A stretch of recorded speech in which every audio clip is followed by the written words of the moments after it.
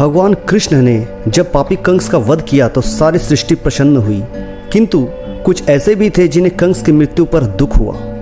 कंस का ससुर था जरासंध।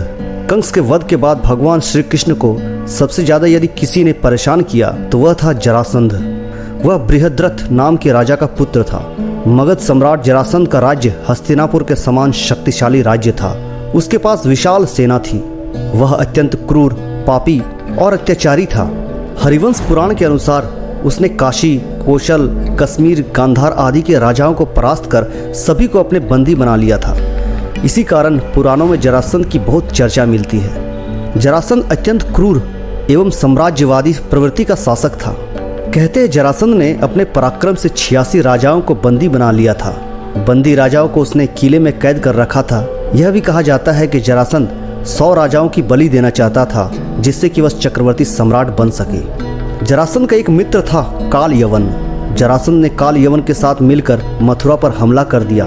तब श्री कृष्ण की चतुराई से यह तय हुआ कि सेना आपस में नहीं लड़ेगी, हम दोनों ही लड़कर फैसला कर लेंगे।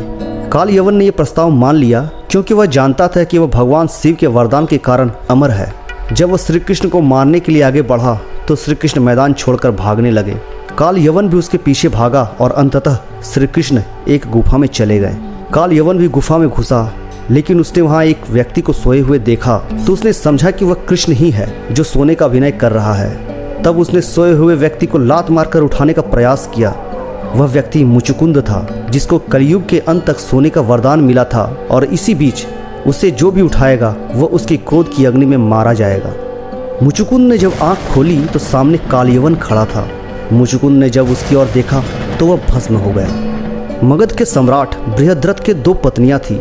जब दोनों से कोई संतान नहीं हुई तो एक दिन वे ऋषि चंड कौशिक के पास गए और उनसे पुत्र की याचना की। महात्मा चंड कौशिक ने उन्हें एक फल दिया और कहा कि ये फल वे अपनी पत्नी को खिला दे, इससे संतान की प्राप्ति होगी। राजा ने वह फल काटकर अपनी दोनों पत्नियों को खिला दिया। फल लेते समय राजा ने यह नहीं पूछा कि इसे क्या मैं अपने दोनों पत्नियों को खिला सकता हूँ। फल को खाने से दोनों पत्नियां गर्भवती हो गई, परंतु जब गर्भ से शिशु निकला तो वह आधा आधा था, अर्थात आधा पहली रानी के गर्भ से और आधा दूसरी रानी के गर्भ से। दोनों रानियों ने घबराकर उस शिशु के दोनों जीवित टुकड़ों को बाहर फेंकवा दिया।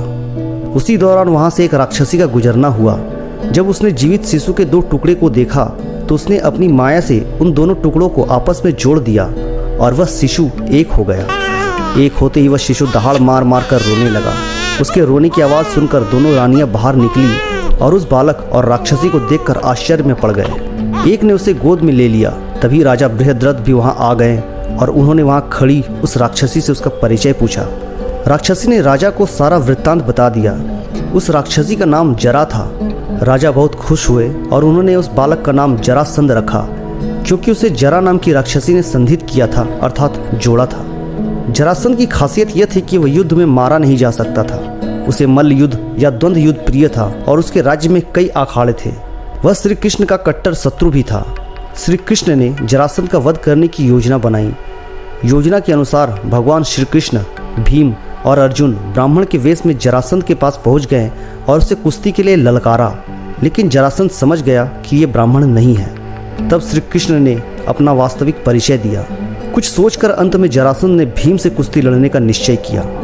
अखाड़े में राजा जरासंध और भीम का युद्ध कार्तिक कृष्ण प्रतिपदा से 13 दिन तक लगातार चलता रहा। इन दिनों में भीम ने जरासंध को जंघा से उखाड़कर कई बार 2 टुकड़े कर दिए, लेकिन वे टुकड़े हर बार जुड़कर फिर से जीवित हो जाते और जरासंध फिर से युद्ध करने लगता। भीम लगभग थक ही गया था। 14वें दिन श्री कृष्ण ने एक तिनके को बीच में तोड़कर उसके दोनों भाग को विपरीत दिशा में फेंक दिया। भीम श्री कृष्ण का यह इशारा समझ गए और उन्होंने वही किया।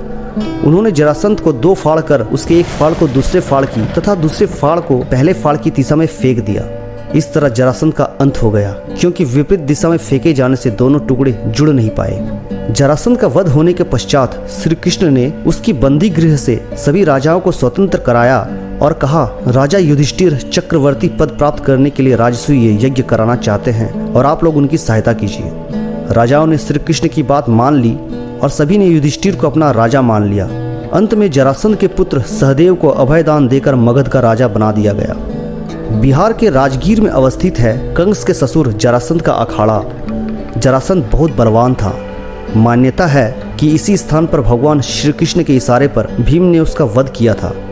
राजगृह को राजगीर कहा जाता है। रामायण के अनुसार ब्रह्मा के चौथे पुत्र वसु ने गिरिव्रज नाम से इस नगर की स्थापना की। बाद में कुरुक्षेत्र के युद्ध से पहले बृहद्रथ ने इस पर अपना अधिकार जमा लिया।